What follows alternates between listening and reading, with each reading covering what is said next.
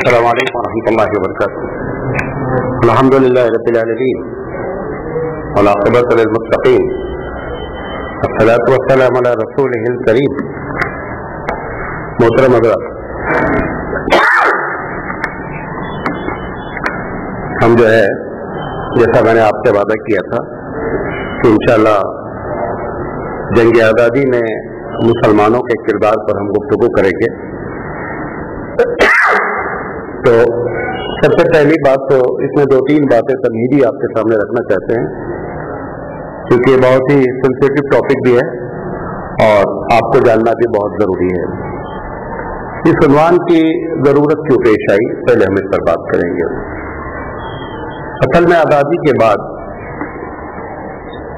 دیکھا جائے تو سب سے پہلے ایجوکیشن منسٹر جو ہے ابوالکلام کلام آزاد رہے ہیں.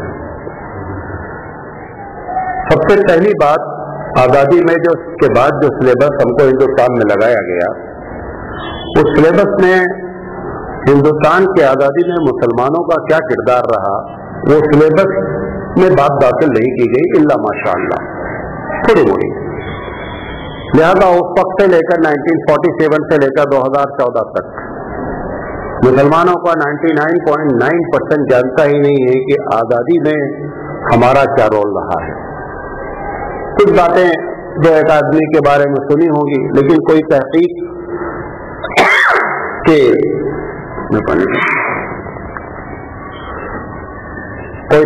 یہ نہیں ہے کہ اس میں کس طرح کا کردار ہم نے ادا کیا ہے. ابھی جمیعت العلماء ہند نے ایک عالمی پیس کانفرنس کی تھی دسمبر کے مہینے میں غالباً، تو اس میں بھی گیا تھا. پھر ہندوستان کے انہوں نے علماء کو بلایا تھا جن کو سمجھا تھا، تو انہوں نے جو ہے علماء سے بولنے کی بات کی تھی کہ علماء اپنی رائے رکھ سکتے ہیں جو اس میں ہے. تو اس کا جو سینٹرل ٹاپک تھا وہ شیخ الہند رحمۃ اللہ علیہ نے جو ریشمی رومال تحریک چلائی تھی، ہم سب ساری باتیں اب آئیں گی آپ کے سامنے انشاءاللہ زندگی رہی تو اس مناسبت سے وہ پوری 3 دن کی کانفرنس رکھی گئی تھی. تو یہ آپ کا جو خادم ہے اس نے یہ آواز اٹھائی وہاں پر تمام علماء کے سامنے کہ جمیعت العلماء اگر اپنے اثر و رسوخ حکومت پر رکھتی ہے تو فقط تو کانگریس کی حکومت کی، تو سب سے بڑا کام یہ ہوگا کہ ہندوستان کے سلیبس میں مسلمانوں کا سیاسی لحاظ سے آزادی میں کیا کردار رہا، اگر یہ بحثیت سلیبس داخل کی جائے بات، تو میری سمجھ سے ایک جنریشن جو چل رہی ہے یہ جنریشن جانے گی کہ ہمارا کیا رول رہا ہے. تو بہرحال انہوں نے ہمارے اس کو نوٹ کیا. اب اس پر عمل کتنا وہ ایک الگ مسئلہ ہے. یہ تو کانفرنسیں ہوتی ہیں، عمل ہونا تو اپنی جگہ ہوتا ہے. بہرحال جو ہے میں نے وہاں پر اپنا جو ہے وہ احتجاج نوٹ کرایا کہ اگر ہم اپنے اثرات رکھتے ہیں تو مین بیسک پرابلم کیا ہے کہ یہ تقریر کرنے کی کوئی ضرورت نہیں تھی. آپ سب لوگ پڑھے لکھے ہیں، آپ سلیبس سے پڑھ کر آنا چاہیے تھا. آپ سلیبس سے پڑھتے بھی ہیں تو ان لوگوں کو پڑھتے ہیں، میں نہیں کہہ رہا ہوں وہ نہیں ہے، ان کا رول ہے، ان کا بھی رول ہے. آپ یہ سمجھتے ہیں انہی کا رول ہے. اچھا، آپ جب جانتے ہیں انہی کا رول ہے تو غیروں کو تو پورا حق پہنچتا ہے کہ جانے آپ کا کوئی رول نہیں ہے. تو وہ بھی جانتے ہیں کہ ہندوستان کی آزادی میں مسلمانوں کا کہیں رول رہا، اور جو بھی رہا وہ پاکستان کو لے کے چلے گئے، ختم ہو گئی بات. یہ دوسری پرابلم ہے، تو ہم اس پر بھی گفتگو کریں گے. تو یہ تقریر کرنے کی بنیادی وجہ یہ ہے کہ آپ سب سے پہلے اپنے آپ کو جانیں اور جاننے کے بعد اس کو پاس کریں. کبھی گفتگو ہو تو بتائیں اور ایتھنٹک وے میں بات کریں کہ یہ ہمارے جو ہے دلائل ہیں اور یہ اس وجہ سے سارا مسئلہ بگڑا ہوا ہے. دوسری چیز یہ ہے مذہب کے لحاظ سے ہمارے یہاں یہ بات حضرت عمر رضی اللہ تعالی عنہ کا ایک بڑا مشہور جملہ ہے کہ تم نے ان کو غلام کیوں بنایا جبکہ ان کی ماؤں نے ان کو آزاد جنا تھا. یہ حضرت عمر کا بہت ہی مشہور کوٹیشن ہے کہ متستعبدتم وقد ولدتہم امہاتہم احرارا، کہ تم نے انسان کو غلام کیوں بنایا جبکہ ان کی ماؤں نے ان کو جنا تھا آزاد. تو اسلامک پالیسی ہی جو ہے نا وہ کیا ہے کہ دنیا کا ہر فرد آزاد ہے اور اس کو کسی بھی قسم کی غلامی جو ہے وہ شرعی لحاظ سے جائز نہیں ہے. حضرت عمر رضی اللہ تعالیٰ عنہ کے زمانے سے پہلے، بلکہ حضرت ابوبکر کے زمانے کے آخری دور میں، حضرت عمر رضی اللہ تعالیٰ عنہ کے زمانے میں جب اسلام تھوڑا پھیلا، تو جب یہ لوگ جاتے تھے اور جانے کے بعد اپنی بات رکھتے تھے تو وہ لوگ پوچھتے تھے کہ آپ کیوں یہاں آئے ہیں. مطلب دوسری قوموں کو جب دعوت دیتے تھے تو بولتے تھے آپ اپنی دعوت کا کام مکے میں مدینے میں کیجیے، آپ ہمارے ملک کیوں آئے ہیں؟ تو بنیادی طور پر وہ دو باتیں کرتے تھے. پہلا ان کا دعویٰ یہ ہوتا تھا کہ ہم اللہ کے بندوں کی غلامی سے نکال کر اللہ کی غلامی میں داخل کرنا ہماری بنیادی پالیسی ہے. پھر سے میں اس جملے کو کہہ رہا ہوں، اللہ کے بندوں کی غلامی سے نکالنا اور نکالنے کے بعد جو ہے وہ اللہ کی غلامی میں داخل کرنا، یہ ہماری بیسک پالیسی ہے. اور تم نے بندوں کو غلام بنا رکھا ہے، اور یہ کوئی نبی کریم صلی اللہ علیہ وسلم کی پالیسی نہیں ہے، یہ پالیسی اسلام کی فرام بگننگ ہے. موسیٰ علیہ السلام نے بھی فرعون کے سامنے اسی پالیسی کا ذکر کیا تھا کہ تم نے بنی اسرائیل کو غلام بنا رکھا ہے اور میں ان کو آزاد کرانے کے لیے آیا ہوں. تو پتہ چلا اسلام چاہتا ہے کہ ہر انسان کا جو اپنا بنیادی حق ہے اس حق میں کسی قسم کا نہ تو حکومتی سطح پر انٹرفیئر ہونا چاہیے اور نہ انفرادی طور پر انٹرفیئر ہونا چاہیے. ایک چھوٹی سی مثال دیتا ہوں نبی کریم صلی اللہ علیہ وسلم کی زندگی سے. نبی کریم صلی اللہ علیہ وسلم بحیثیت رسول جب کوئی بات کہتے ہیں تو امت مسلمہ کے کسی فرد کو اس میں کوئی سوال کرنے کا سوال ہی نہیں اٹھتا. لیکن اگر وہ اپنی ذاتی رائے دیتے ہیں تو اللہ کے رسول صلی اللہ علیہ وسلم نے کبھی اس ذاتی رائے پر یہ پریشر نہیں ڈالا کہ میں کہہ رہا ہوں لہذا تم کو قبول کرنا ہی چاہیے. کیوں؟ کیونکہ وہ انسان کی آزادی ہے اور آزادی کو جو ہے وہ قدغن کوئی نہیں لگا سکتا، آزادی کو کوئی ختم نہیں کر سکتا. حضرت بریرہ کا مشہور واقعہ ہے کہ بریرہ کے شوہر غلام تھے اور حضرت بریرہ بھی غلام تھی. بریرہ کو ان کے مالک نے آزاد کر دیا. قانون یہ تھا اسلامی کہ اگر میاں بیوی میں کوئی آزاد ہو جائے گا تو اس کو اختیار ہوگا، چاہے تو وہ غلام شوہر یا بیوی کے ساتھ رہے اور چاہے نہیں رہے. جیسے یہ آزاد ہوئی انہوں نے ان کو سلام مار دیا اپنے شوہر کو کہ صاحب میں تمہارے ساتھ نہیں رہوں گی، تمہارا طلاق دینا کوئی ضروری نہیں ہے، میرا آزاد ہونا ہی طلاق دینے کے برابر ہے، لہٰذا میں تمہارے ساتھ رہنا نہیں چاہتی ہوں. لوگوں نے بہت سمجھایا، شوہر بیچارے بہت لمبی چوڑی بات ہے. شوہر نے آخری اپیل نبی کریم صلی اللہ علیہ وسلم سے کی کہ بریرہ کو آپ سمجھا دیں کہ مجھے قبول کریں اور میری بیوی کی حیثیت سے رہیں. جب بریرہ رضی اللہ تعالیٰ عنہ کے سامنے مسئلہ رکھا گیا، نبی کریم صلی اللہ علیہ وسلم نے رکھا، تو بریرہ نے سوال کیا اللہ کے رسول یہ جو آپ کہہ رہے ہیں یہ حکم ہے آپ کا یا مشورہ ہے؟ اگر حکم ہے تو حکم الہی ہے گویا اور محمد صلی اللہ علیہ وسلم کے زبان سے آ رہا ہے، تو ہمیں کوئی اس میں جو ہے نا اختیار ہی نہیں ہے، وی ہیو ٹو ایکسپٹ، ہم کو ایکسپٹ کرنا ہی پڑے گا.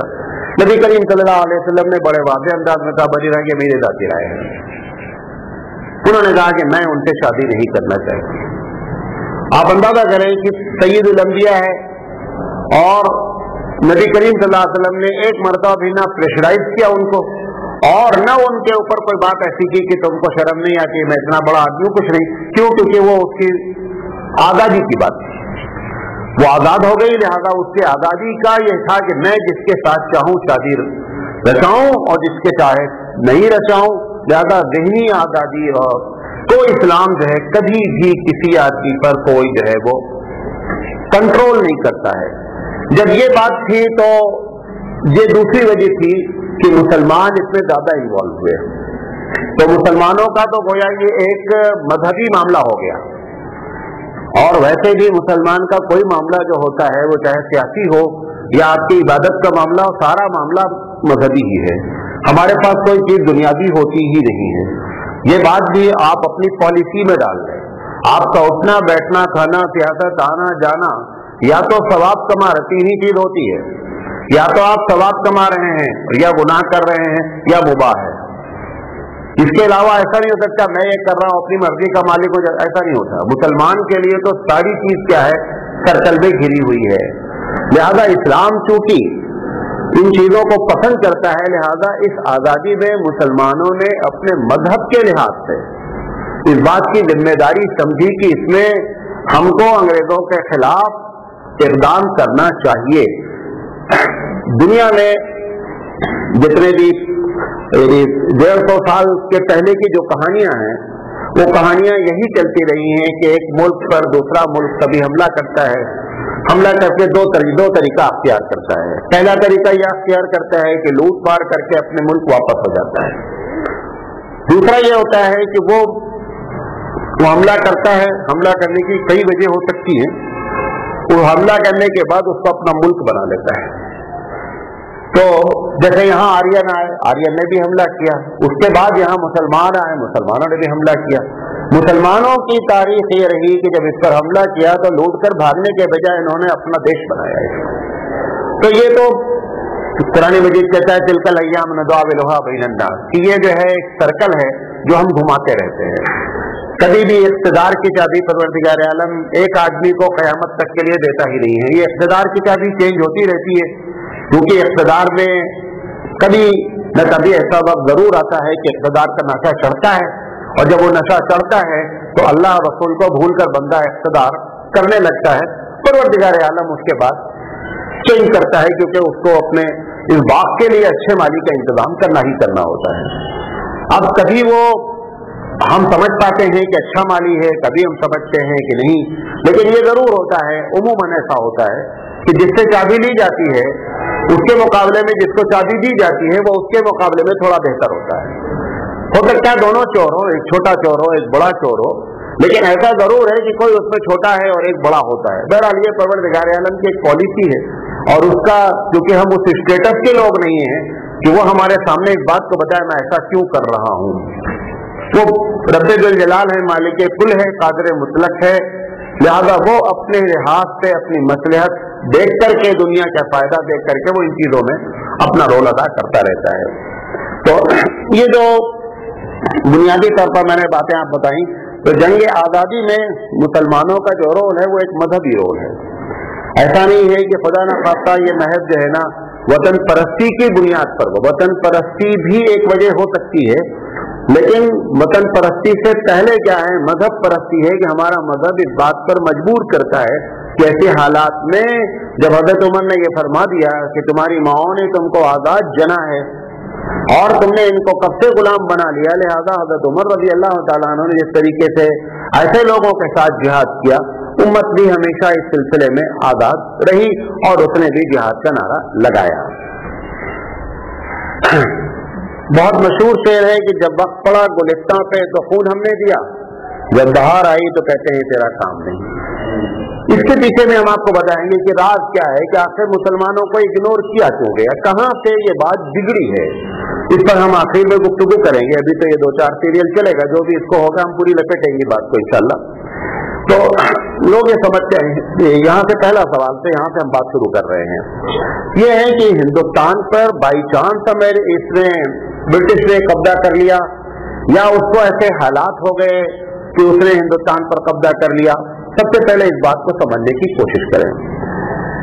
1498 की बात है कि जब वास्को डी गामा ने हिंदुस्तान को नक्शे पर लोगों के सामने बताया, तो ये कालीकेट के साहिल पर उतरा। कौन? Vasco D gamma. बात यहां से शुरू हुई है। जब ये कालीकेट पर उतरा और कालीकेट के साथ जब आया तो इनके साथ पुर्तगाली मल्लाह भी थे। मल्लाह समझते जो नाव वगैरह चलाते हैं, वो पूरी टीम थी जिसके साथ वास्को डी गामा सफर कर रहा था। तो ये जो टीम यहाँ आई तो इनको कालीकेट का इलाका बड़ा ही अच्छा, और उससे पहले से हिंदुस्तान ये मशहूर रहा कि हिंदुस्तान एक सोने की चिड़िया है। तो वास्को डी गामा अगर के एक मुसाफिर की हैसियत था और सयाह था, उसे ये मालूम करना था, लेकिन ये नहीं कहा जा सकता कि सिर्फ उसका मकसद यही था। बहरहाल वास्को डी गामा ने जब ये बात नक्शे पर डाली कि हिंदुस्तान एक मुल्क है, तो पुर्तगालियों ने हिंदुस्तान पर ये इस वक्त वास्को डी गामा के जरिए जो है, मतलब उनके बताने के बाद इन्होंने इसको टारगेट बनाया कि इस पर हमला किया जाए। तो छोटी छोटी रियासतों में तकसीम रहते थे लोग, दिल्ली में क्या हो रहा है केरला वालों को नहीं मालूम, केरला में क्या हो रहा है तो पंजाब वालों को नहीं मालूम। तो इस तरीके से केरला पर इन्होंने सबसे पहले पुर्तगालियों ने नजर डाली। तो जब इन्होंने थोड़े दिन के बाद 3 काम किए। सबसे पहले तो चूंकि अरब से बहुत जमाने से केरला जुड़ा हुआ है, बात सहाबा भी केरला आने की इत्तला है बात तारीख में, تو انہوں نے سب سے پہلے اس سمندری راستے پر ڈاکہ دنی شروع کی. آپ کو معلوم ہے کہ روڈ کی ڈاکہ دنی سے خطرناک سمندری ڈاکہ دنی ہوتی ہے. سمندری ڈاکہ دنی انہوں نے شروع کی اور ادھر سے جو بھی تجارت ہوتی تھی اس کو بیچ میں لوٹنا انہوں نے شروع کیا. اور لوٹتے لوٹتے معاملہ بہت زیادہ بگڑ گیا اور بحر ہند جسے اب انڈین سی کہتے ہیں, انڈین سی پر انہوں نے پورا کنٹرول کر لیا پرتگالیوں نے. تو کالی کیٹ کی تجارت متاثر ہونے لگی اور کالی کیٹ پر انہوں نے دوسرا, چونکہ جو پرتگال کا جو بادشاہ تھا اس نے دو باتیں کہی تھی ان پرتگالیوں سے کہ تم کو دو کام کرنا ہے, ایک تو یہ سونے کی چڑیا ہے لہذا سونا لانا ہے, اور دوسرا یہ ہے کہ عیسائیت کی تبلیغ کرنی ہے. تو دونوں مقصد کے تحت یہ پرتگالیوں نے کالی کیٹ کو اپنا مرکز بنایا. اب جب تک معاملہ تجارت کا تھا, لوٹ مار کا تھا, تب تک مسلمان جو ہے وہ تھوڑا سا نرم گرم برداشت کرتے رہے. اس کے بعد انہوں نے کیا کیا کہ باقاعدہ منظم انداز میں عیسائیت کی تبلیغ شروع کی. جب عیسائیت کی تبلیغ شروع کی تو سب سے پہلے کیرلا کے جو علماء کرام تھے انہوں نے اس کی نوٹس لی, اور نوٹس لینے کے بعد جب انہوں نے بہت زیادہ ظلم شروع کر دیا تو کیرلا کے علماء نے جو ہے وہ جہاد کا نعرہ لگایا. اور ان کے جو مفتی کرام تھے, میں دو چار لوگوں کا نام آپ کے سامنے پیش کروں گا, کہ ان لوگوں نے اس پر فتویٰ دیا کہ اب جو ہے وہ جہاد کا وقت آ گیا ہے, لہذا مسلمانوں کو جہاد کرنا چاہیے. ان کا تھوڑا سا میں کہہ رہا تھا کہ آپ کے سامنے آپ یہ تحفۃ المجاہدین ایک کتاب ہے, تو اس میں اس وقت جو انہوں نے حالات بگاڑے پرتگالیوں نے اس کا ایک تھوڑا سا نقشہ میں منشی ذکا اللہ صاحب لکھتے ہیں کہ اس کی ساری تاریخ ایسی لڑائی جھگڑوں سے بھری پڑی ہے جس میں ساحل بحر کی آبادیاں جلی پھوکی, وہاں کے باشندے خستہ و تباہ ہوئے, رعایا پر جور و ظلم کرنے کا شیوا ان پر ختم تھا, مسلمانوں کی تذلیل و تکلیف میں کوئی کسر باقی نہیں رکھی, اور ان کو گرفتار کر کے بھنگی, سقا, دھوبی سبھی رذیل کام دلیل کام کرنے پر مجبور کرتے تھے. ان کے منہ پر تھوکتے تھے, ان کو سفر نہیں کرنے دیتے تھے, حج میں نہیں جانے دیتے تھے. انہوں نے قسم کھائی تھی کہ ان کا مال چھین لیتے تھے, مکانوں کو جلا دیتے تھے, کبھی مسجدوں کو پھونک کر ان کے محراب اور مصلے اکھاڑ کر پامال کرتے, کبھی ان کی غلاظت گاہ اور مسجدوں کو غلاظت گاہ بناتے, یا اپنا خلیفہ اس کی جگہ قائم کرتے تھے, ان کی کتابوں کو ایندھن کی جگہ استعمال کرتے تھے, کبھی مسلمانوں کے ہاتھ پاؤں رستوں میں کر دریا میں ڈبو دیتے تھے, کبھی پتھروں اور مٹی میں چن دیتے تھے, کبھی کوڑے مار مار کر مار ڈالتے تھے, کبھی تنگ و تاریک قید خانوں میں درگور کر دیتے تھے. قیدی اس قید میں زندگی سے ایسے بیزار ہوتے تھے کہ دستار کا پھندا گلے میں ڈال کر قید حیات سے آزاد ہوتے تھے, یعنی بعد میں خودکشی کر لیتے تھے. اس پر درا یہ تھا کہ ان کو طرح طرح سے ترک اسلام پر اور عیسائی مذہب اختیار کرنے پر مجبور کرتے تھے. مولویوں اور مجتہدوں کی مٹی خراب کرتے تھے, کبھی دھمکاتے, کبھی روپیہ کی تما دیتے, کبھی اپنی عورتوں کو خوب زیور اور لباس سے آراستہ کر کے ان پر فریفتہ کراتے, کبھی مسلمان عورتوں کو وہ دھمکیاں دیتے کہ بیچاریوں کے ہوش و حواس باختہ ہو جاتے. غرض پادری صاحبوں کی زبان باز وہ پن میں بند تھی, مگر توپوں نے اپنا منہ کھول کر نادان بےکسوں کے کپکپاتے بدن سے صلیب کے آگے گھٹنا ٹکوایا. یہ ایسے حالات میں مجبور ہو کر کے مسلمانوں نے جہاد کا نعرہ لگایا. جب یہ جہاد کا نعرہ لگایا گیا تو جو کالی کیٹ کا بادشاہ تھا, بلکہ راجا تھا, تو کالی کیٹ کے بادشاہ سے ربط پہلے کیا ہے ان لوگوں نے, اور ربط کرنے کے بعد جو ہے پہلے تو اس نے آناکانی کی. بہرحال اس کے بعد اس کو محسوس ہوا کہ یہ ہم ہی کو کھا جائیں گے, ہماری بادشاہت جو ہے وہ ختم ہو جائے گی. بہرحال ان کے جو راجا تھے انہوں نے اور بھی مسلم حکمرانوں سے مدد مانگ کر کے, اور کیرلا کے جو علماء مجاہدین تھے انہوں نے جو ہے بڑا زبردست کام کیا, اور بہرحال وہاں پر ان کو پرتگالیوں کو جو ہے وہ شکست ہوئی. یہ پرتگالیوں, اب آپ کو بتانا چاہ رہا ہوں کہ یہ ہندوستان پر نظر انگریزوں کی کیسی ہوئی, وہاں سے یہ بات, یہ پرتگالیوں نے جب یہاں سے لوٹ مار کر کے سامان وہاں بھیجنا شروع کیا تو یہ خبر انگریزوں کو بھی پہنچی کہ یار ہندوستان تو ایک بہت سر لقمہ ہے, اگر وہاں پر ہم اپنا پنجہ گاڑ لیں تو معاملہ ہمارا کافی بن جائے گا. تو 1601 ہجری کی بات ہے کہ سب سے پہلے جو ہے وہ برٹش نے پلاننگ سے 101 تاجر کو یہاں پر بنگال میں لا کر کے اتارا, جس کا نام آپ ایسٹ انڈیا کمپنی کہتے ہیں, بڑی مشہور جو ہے وہ روایت ہے. ایسٹ انڈیا کمپنی جب یہاں آئی تو اس کا کوئی ایسا ارادہ ظاہر نہیں ہو رہا تھا کہ جو ہے وہ ان کا کوئی ارادہ ہندوستان پر قبضہ کرنے کا یا हिंदुस्तानियों को जो है गुलाम बनाने का था, लेकिन डे 1 से ये बात उनके शेड्यूल में थी कि तिजारत के जरिए घुसना है और हिंदुस्तान पर, दिल्ली पर अपना झंडा गाड़ना है। तो जब इन्होंने यहाँ पर आने के बाद अपनी तिजारत शुरू की तो हिंदुस्तान में उस वक्त मसनूआत की बड़ी शॉर्टेज थी। मसनूआत मतलब यहाँ की जरूरियात जिंदगी जो है ना, वो बहुत कम खुद कफील था हिंदुस्तान। जैसे लोहे के जितने सामान थे, कैंची तक जर्मन से आती थी, साइकिल एक जमाने तक जो है वो जर्मन से आती रही। तो हिंदुस्तान में इस किस्म की शॉर्टेज जो थी, तो इन्होंने उन तिजारतों को यूरोप के जरिए लेकर के हिंदुस्तान में शुरू किया और एक अच्छा अपना तिजारत का असर और रसूख जब बैठाया तो इनकी धाक जम गई और इनको लोग अच्छा जानने लगे।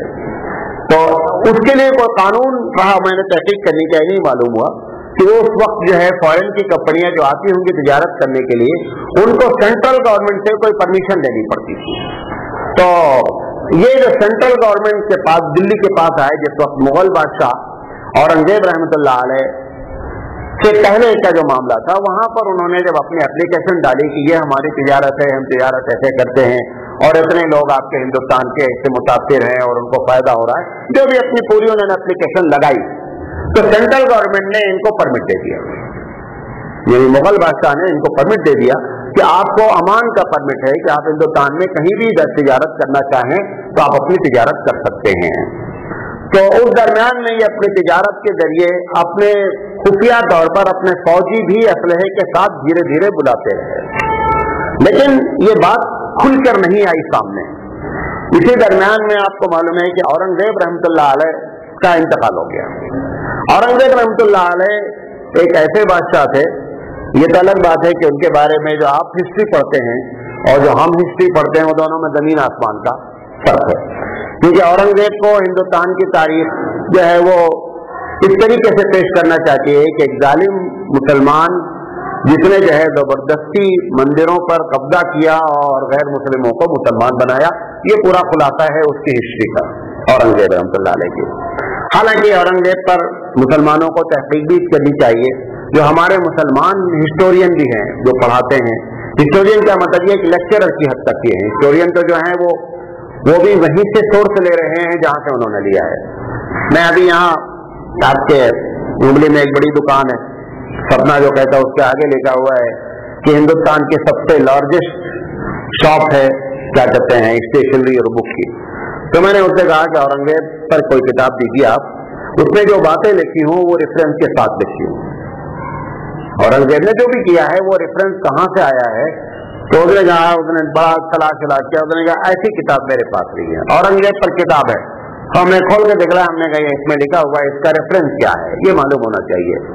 तो ये काम करने का है हमारे मुस्लिम हिस्टोरियन कि औरंगजेब रहमतुल्लाह अलैह पर जो इल्जाम लगाया गया है उसमें हक़ानियत कितनी है और उसमें झूठ कितना है, लेकिन हमारे मुसलमान तो दूसरी चीज में बिजी हैं। ये सब काम करने के हैं।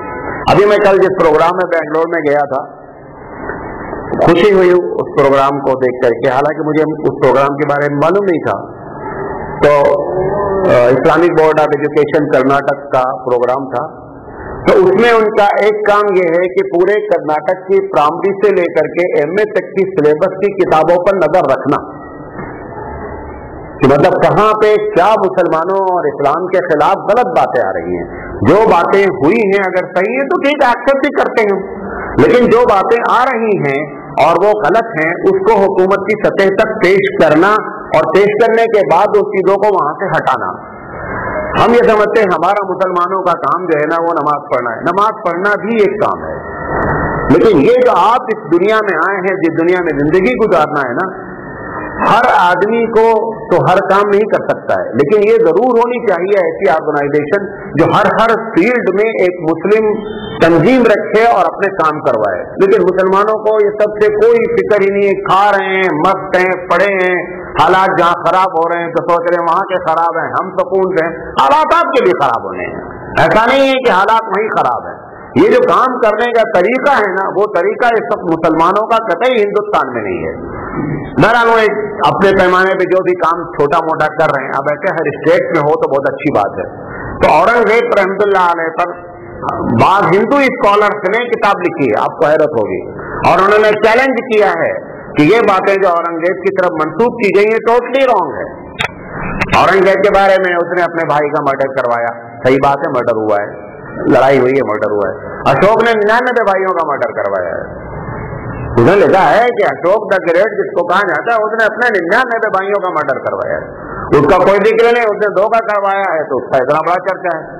99 में से 2 घटा दें तो भी 97 बचता है। 97 का कोई जिक्र नहीं है, 2 का इतना बड़ा जिक्र है। तो बहरहाल ये तारीख में जो औरंगजेब रहमतुल्लाह अलैह हम लोगों के लिहाज से तो सबसे पहली बात आपको मालूम है कि जितना भी पीरियड मुसलमानों का हुकूमत का रहा है हिंदुस्तान में, सबसे बड़ी हुकूमत औरंगजेब रहमतुल्लाह अलैह के जमाने में रही है। अगर आप उसका इहाता देखेंगे तो सबसे बड़ा इलाका औरंगजेब रहमतुल्लाह अलैह का रहा है। औरंगजेब रहमतुल्लाह अलैह के इंतकाल के बाद इन अंग्रेजों ने, पहले तो उनके जमाने में करना था लेकिन दाल नहीं गली, उसके बाद क्या हुआ कि इनके जो बाद लोग आए हैं उन्होंने वही काम शुरू किया जो बादशाह अय्याशी का करते हैं, और अय्याशियां और रैलियां शुरू हुई।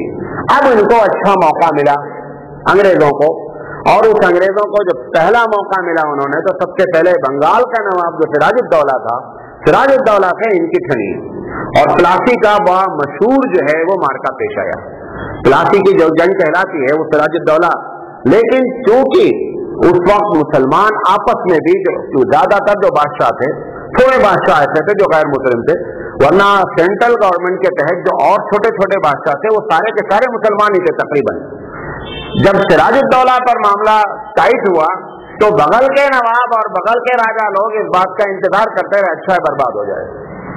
जैसे आप समझते हैं कि बेलगाम का जब मामला होता है तो हुगली वाले शांति अख्तियार किए रहते हैं, हुगली का मामला होता है तो बीजापुर वाले शांति अख्तियार किए रहते हैं।